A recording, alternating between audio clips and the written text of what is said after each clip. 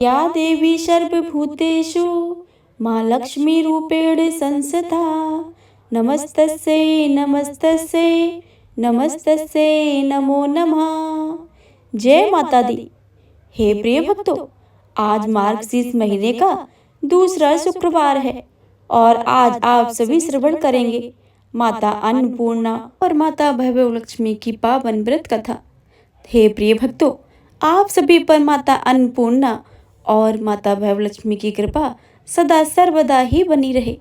आप सभी से अनुरोध है कि इन कथाओं को पूरी भक्ति भाव और प्रसन्न मन चित्त से पूरा अवश्य सुने और कमेंट बॉक्स में माता रानी की जय लिखना बिल्कुल भी मत भूलिएगा। आइए प्रेम से सुनते हैं माता भैरव लक्ष्मी और माता अन्नपूर्णा की व्रत कथा। तो प्रेम से बोलिए माता अन्नपूर्णा की जय, माता भैरव लक्ष्मी की जय। माता अन्नपूर्णा का महाव्रत मार्गशीर्ष मास के कृष्ण पक्ष पंचमी से प्रारंभ होता है और मार्गशीर्ष शुक्ल षष्ठी को समाप्त होता है। यह उत्तम व्रत 17 दिनों का होता है और कई भक्त 21 दिनों तक इस व्रत का पालन करते हैं।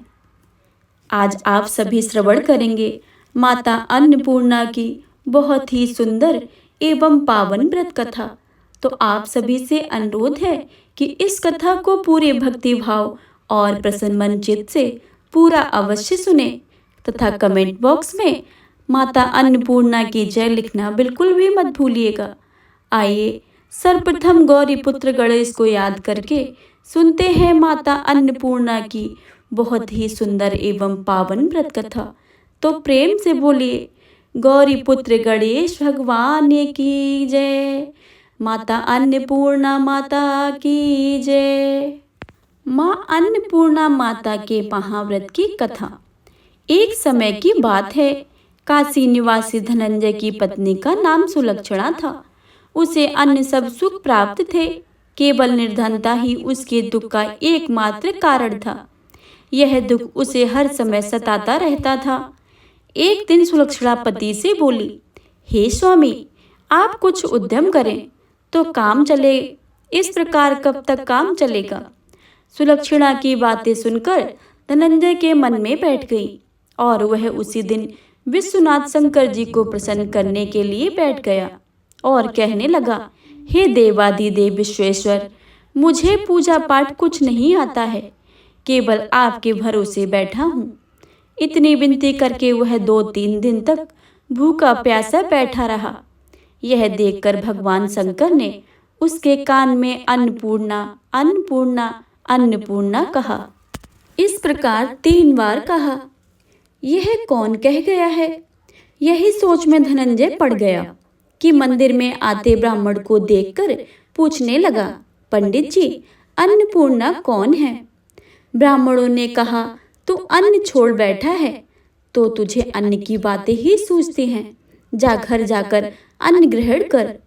धनंजय घर आ गया, स्त्री से सारी बातें कही। वह बोली, नाथ, चिंता मत करो, स्वयं शंकर जी ने यह मंत्र दिया है, वे स्वयं ही खुलासा करेंगे। आप फिर जाकर उनकी आराधना करो। धनंजय फिर जैसा ही तैसा पूजा में बैठ गया। रात्रि में शंकर जी ने आज्ञा दी कि तू पूर्व दिशा में चला जा। वह अन्नपूर्णा का नाम जपता रहता और रास्ते में फल खाता जाता, झरनों का पानी पीता जाता। इस प्रकार कितने ही दिनों तक चलता गया। वहां उसे सोने चांदी सी चमकती वन की शोभा दिखने में आई। सुंदर सरोवर देखने में या उसके किनारे कितनी ही अप्सराएं झुंड बनाए बैठी थी। एक कथा सुनती और सब मिलकर माँ अन्नपूर्णा इस प्रकार बार बार कहती थी। यह अगहन मास का उजेली रात थी और आज से ही व्रत का आरंभ था। जिस शब्द की खोज करने वह निकला था वह उसे सुनने को मिल गया। धनंजय ने उसके पास जाकर पूछा कि हे देवियों, आप यह क्या करती हो? उन सब ने कहा कि हम माँ अन्नपूर्णा का व्रत करती हैं। धनंजय ने पूछा, व्रत पूजा करने से क्या होता है? यह किसी ने किया भी है? यह कब किया जाता है?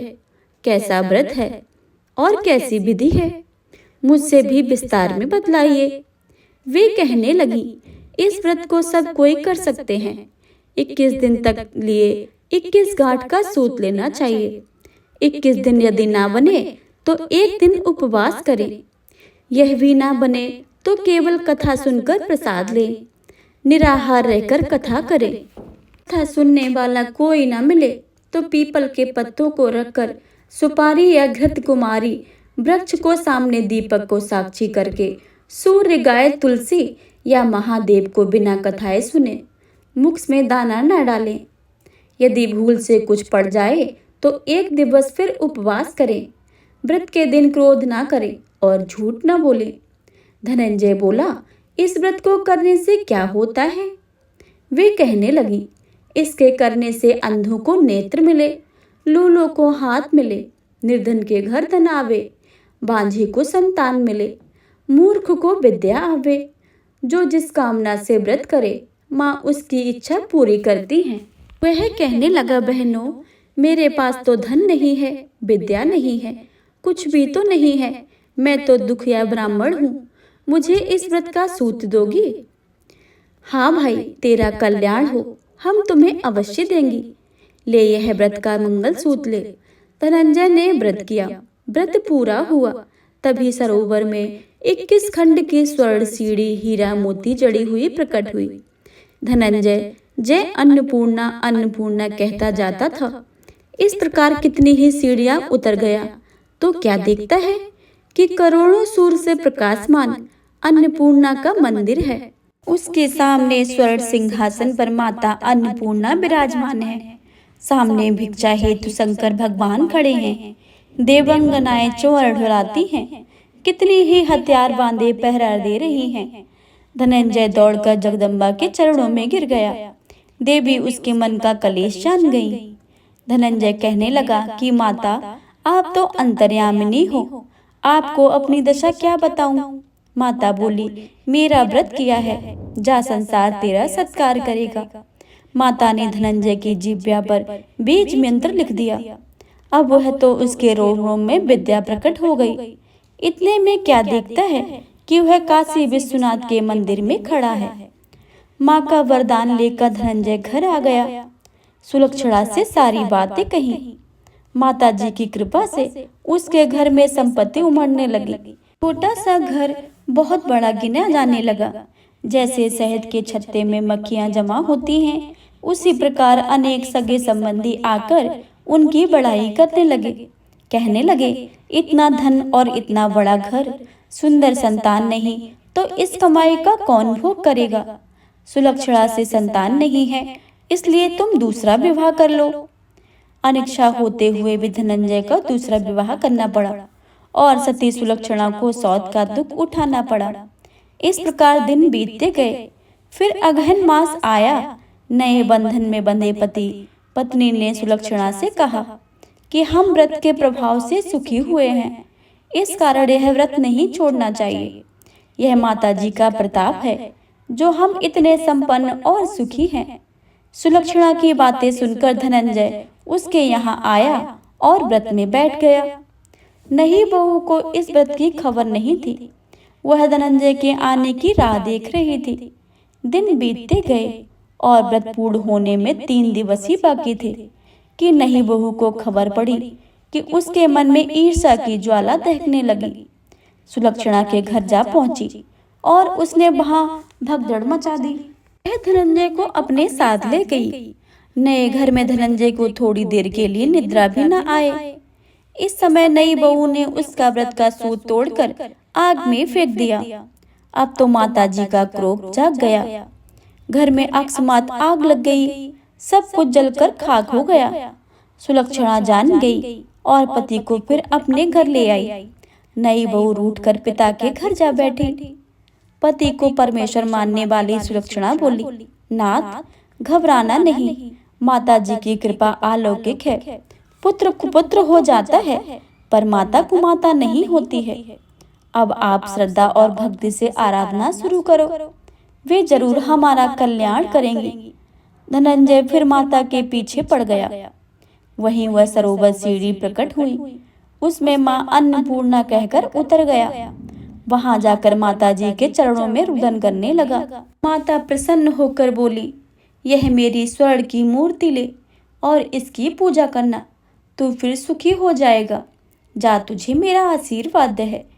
तेरी स्त्री सुलक्षणा ने श्रद्धा से मेरा व्रत किया है, उसे मैंने पुत्र दिया है।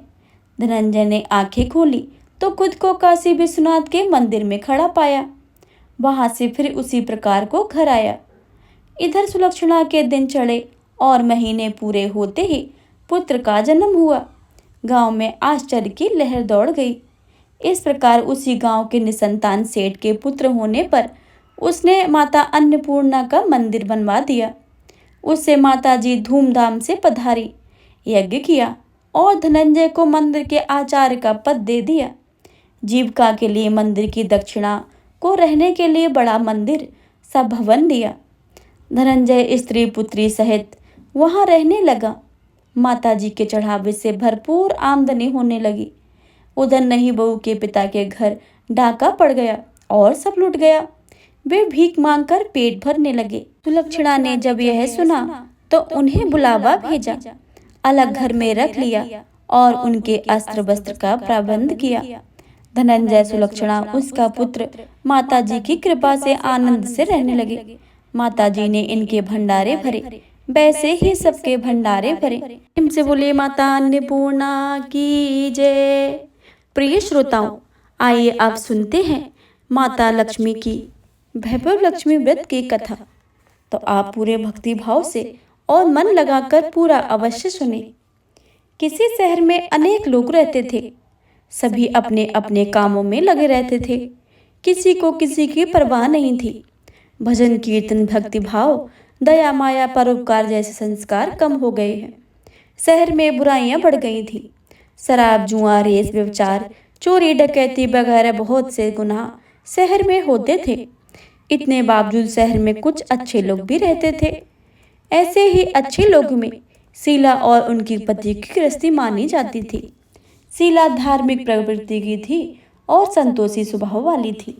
उनका पति भी विवेकी और सुशील था। शीला और उसका पति कभी किसी की बुराई नहीं करते थे और प्रभु भजन में अच्छी तरह समय व्यतीत करते थे। शहर के लोग उनकी गृहस्थी की सराहना करते थे। देखते ही देखते समय बदल गया। शीला का पति बुरे लोगों से दोस्ती कर बैठा। वह जल्द से जल्द करोड़पति होने को ख्वाब देखने लगा, इसलिए वह गलत रास्ते पर चल पड़ा। फलस्वरूप वह करोड़पति बन गया, यानी रास्ते पर भटकते भिखारी जैसी उसकी हालत हो गई थी। शराब, जुआ, रेस, चरस, गांजा वगैरह बुरी आदतों में शीला का पति भी फंस गया। दोस्तों के साथ उसे भी शराब की आदत हो गई। इस प्रकार उसने अपना सब कुछ रेस, जुआ में गवा दिया था। शीला को पति के बर्ताव से बहुत दुख हुआ, किंतु वह भगवान पर भरोसा रखकर सब कुछ सहने लगी। वह अपना अधिकांश समय प्रभु भक्ति में बिताने लगी। अचानक एक दिन दोपहर को उनके द्वार पर किसी ने दस्तक दी।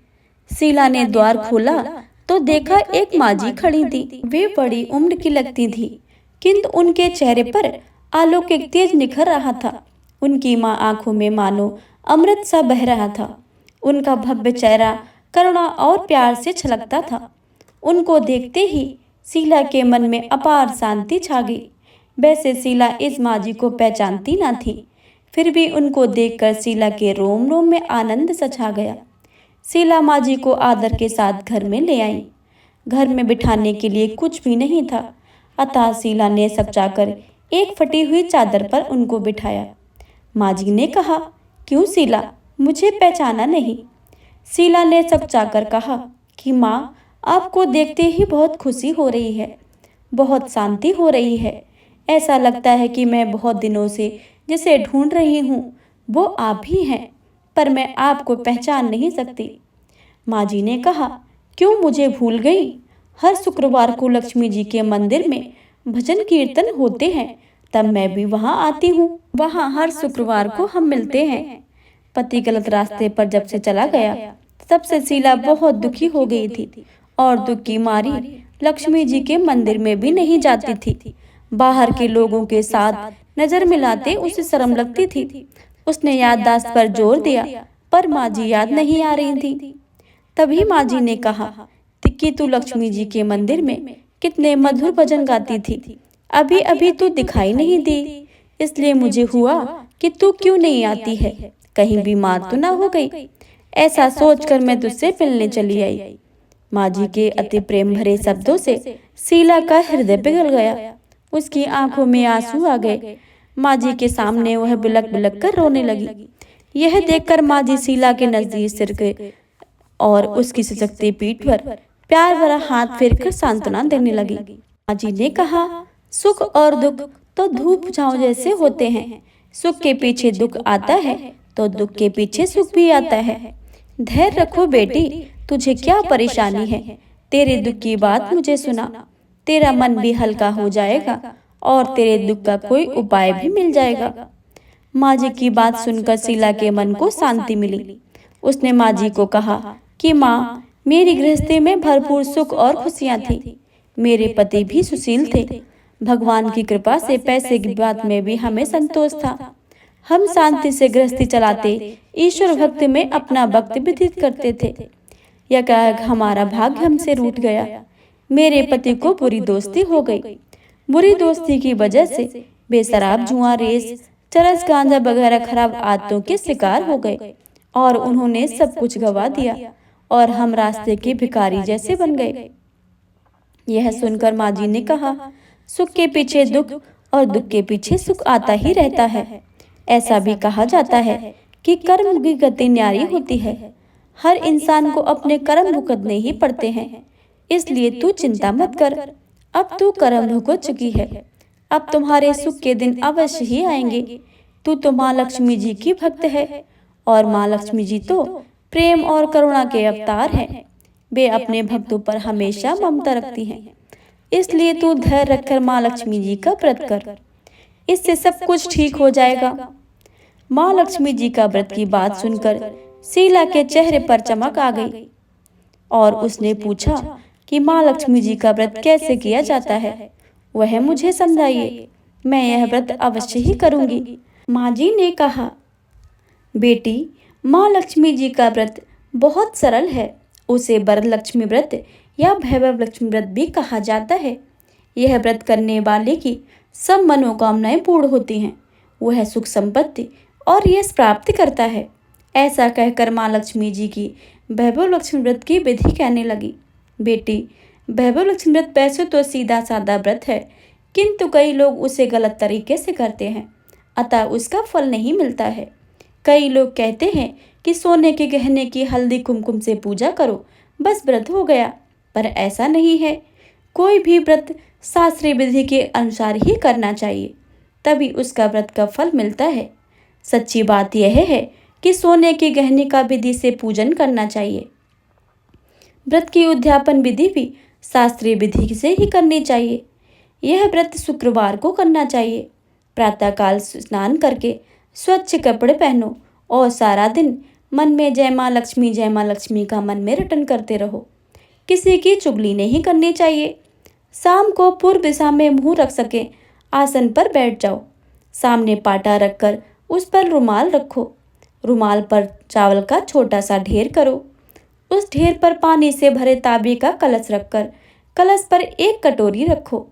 उस कटोरी में एक सोने का गहना रखो। सोने का ना हो तो चांदी का चलेगा, चांदी का ना हो तो नगद रुपए भी चलेगा। बाद में घी का दीपक जलाकर अगरबत्ती सुलगाकर रखो। माँ लक्ष्मी जी के बहुत स्वरूप हैं और माँ लक्ष्मी जी को श्रीअंत अति प्रिय है, अतः वैभव लक्ष्मी में पूजन विधि करते वक्त सर्वप्रथम श्रीअंत और लक्ष्मी जी के वैभव स्वरूपों को सच्चे दिल से दर्शन करो। उसके बाद लक्ष्मी स्तवन का पाठ करो। बाद में कटोरी में रखे गहने या रुपए को हल्दी कुमकुम और चावल चढ़ाकर पूजा करो और लाल रंग का फूल चढ़ाओ। शाम को कोई मीठी चीज बनाकर उसका प्रसाद रखो। ना हो सके तो शक्कर गुड़ भी चल सकता है। फिर आरती करके 11 बार सच्चे हृदय से जय माँ लक्ष्मी बोलो। बाद में 11 या 21 शुक्रवार व्रत करने का दृढ़ संकल्प माँ के सामने करो और जो आपकी मनोकामना हो वह पूरी करने के लिए माँ जी से विनती करो। माँ का प्रसाद बांट दो और थोड़ा प्रसाद अपने लिए रखो। अगर आप में शक्ति हो तो सारा दिन उपवास रखो और सिर्फ प्रसाद खाकर शुक्रवार का व्रत करो। अगर ना शक्ति हो तो शाम को प्रसाद ग्रहण करते समय एक समय खाना खा लो। अगर थोड़ी भी ना शक्ति हो तो 2 बार भोजन कर सकते हैं। बाद में कटोरी में रखा गहना या रुपए ले लो। कलश का पानी तुलसी या क्यारी में डाल दो और चावल पक्षियों को डाल दो। इस तरह शास्त्रीय विधि से व्रत करने से उसका फल अवश्य ही मिलता है। इस व्रत के प्रभाव से सब प्रकार की विपत्ति दूर होकर आदमी माला माल हो जाता है। संतान ना हो तो संतान प्राप्ति होती है। सौभाग्यवती स्त्री का सौभाग्य अखंड रहता है। कुमारी लड़की को मन भावन पति मिलता है। शीला यह सुनकर आनंदित हो गई। फिर पूछा, माँ जी, आपने भैरवलक्ष्मी जो शास्त्रीय विधि बताई है मैं वैसे अवश्य ही करूंगी, किंतु उसकी उद्यापन विधि किस तरह करनी चाहिए यह भी कृपा करके मुझे सुनाइए। माँ जी ने कहा, 11 या 21 जो मन्नत मानी हो उतने शुक्रवार यह भैरवलक्ष्मी पूरी श्रद्धा और भावना से करना चाहिए। व्रत के आखिरी शुक्रवार को खीर या नैवेद्य रखो। पूजन विधि हर शुक्रवार को करते हैं वैसी ही करनी चाहिए। पूजन विधि के बाद श्रीफल तोड़ो और कम से कम 7 कुमारी या सौभाग्यशाली स्त्रियों को कुमकुम का तिलक करके वैभव लक्ष्मी व्रत की एक पुस्तक उपहार में देनी चाहिए और सबको खीर का प्रसाद देना चाहिए। फिर धन लक्ष्मी स्वरूप वैभव लक्ष्मी स्वरूप माँ लक्ष्मी जी की छवि को प्रणाम करें और माँ लक्ष्मी जी का यह स्वरूप वैभव देने वाला है। प्रणाम करके मन ही मन भावुकता से माँ लक्ष्मी जी की प्रार्थना करते वक्त कहें कि हे माँ धन लक्ष्मी, हे माँ वैभव लक्ष्मी, मैंने सच्चे हृदय से आपका व्रत पूर्ण किया है, तो माँ हे हमारी मनोकामनाएं पूर्ण करो, हमारा सबका कल्याण कीजिए। जिसे संतान न हो उसे संतान देना, सौभाग्यशाली स्त्री का सौभाग्य अखंड रखना, कुमारी लड़की को मन भावन पति देना। आपका यह चमत्कारी वैभव लक्ष्मी जो सा करे उसकी सब विपत्ति दूर करना, सबको सुखी करना। हे माँ, आपकी महिमा अपरंपार है। माँ जी के पास से वैभव लक्ष्मी की शास्त्रीय विधि सुनकर शीला भविभोर उठी। उसे लगा मानो सुख का रास्ता मिल गया हो। उसने मन आंखें बंद करके मन ही मन क्षण संकल्प लिया और कहा कि हे माँ वैभव लक्ष्मी, मैं माँ जी के कहे मुताबिक श्रद्धा के से शास्त्रीय विधि से वैभव लक्ष्मी 21 शुक्रवार तक करूंगी और व्रत के शास्त्रीय विधि के अनुसार उद्यापन विधि भी करूंगी। शीला ने संकल्प करके आंखें खोली तो देखा सामने कोई न था। वह विस्मित हो गई कि माँ जी कहाँ गई। यह माँ जी दूसरा कोई न था, साक्षात लक्ष्मी जी ही थी। शीला लक्ष्मी जी की भक्त थी, इसलिए अपने भक्त को रास्ता दिखाने के लिए माँ लक्ष्मी देवी माँ जी का स्वरूप धारण करके शीला के पास आई थी। दूसरे दिन शुक्रवार था।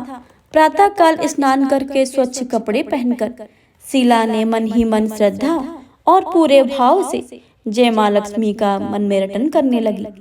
सारा दिन किसी की चुगली नहीं की। शाम हुई तब हाथ मुंह धोकर शीला पूर्व दिशा में मुंह करके बैठी।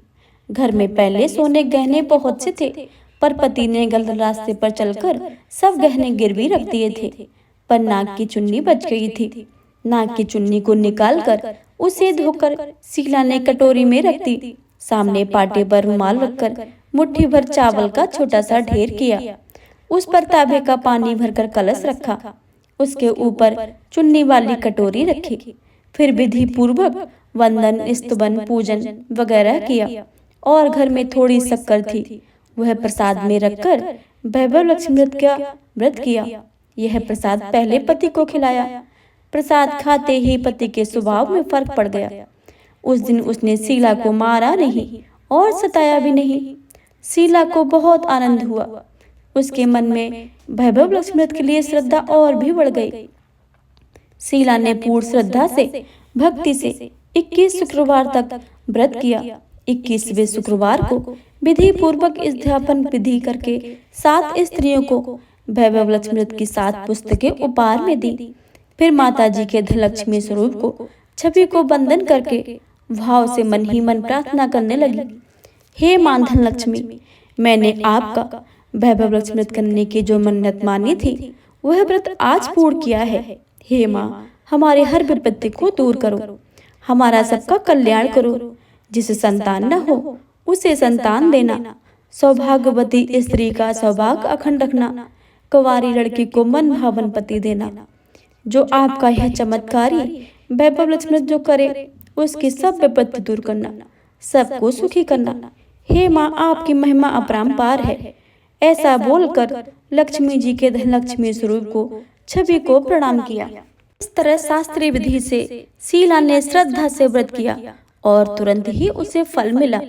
उसका पति सही रास्ते पर चलने लगा और अच्छा आदमी बन गया और कड़ी मेहनत करके व्यवसाय करने लगा। धीरे धीरे समय पर व्यतीत हुआ और उसने शीला के गिरवी रखे हुए गहने छुड़ा लिए। घर में धन की बाढ़ सी आ गई। घर में पहले जैसे सुख शांति छा गई। वैभव लक्ष्मी व्रत के प्रभाव को देखकर मोहल्ले की दूसरी स्त्रियां भी शास्त्रीय विधि से वैभव लक्ष्मी व्रत करने लगी। हे मां धनलक्ष्मी, आप जैसे शीला पर प्रसन्न हुई हैं, उसी तरह आपका व्रत करने वाले सब पर प्रसन्न होना। हे वैभव लक्ष्मी माँ, आपकी इस व्रत कथा को सुनने वाले, पढ़ने वाले तथा हुंकार भरने वाले सब पर अपनी कृपा बनाए रखना। प्रेम से बोलिए जय धनलक्ष्मी माँ, जय वैभव लक्ष्मी माँ।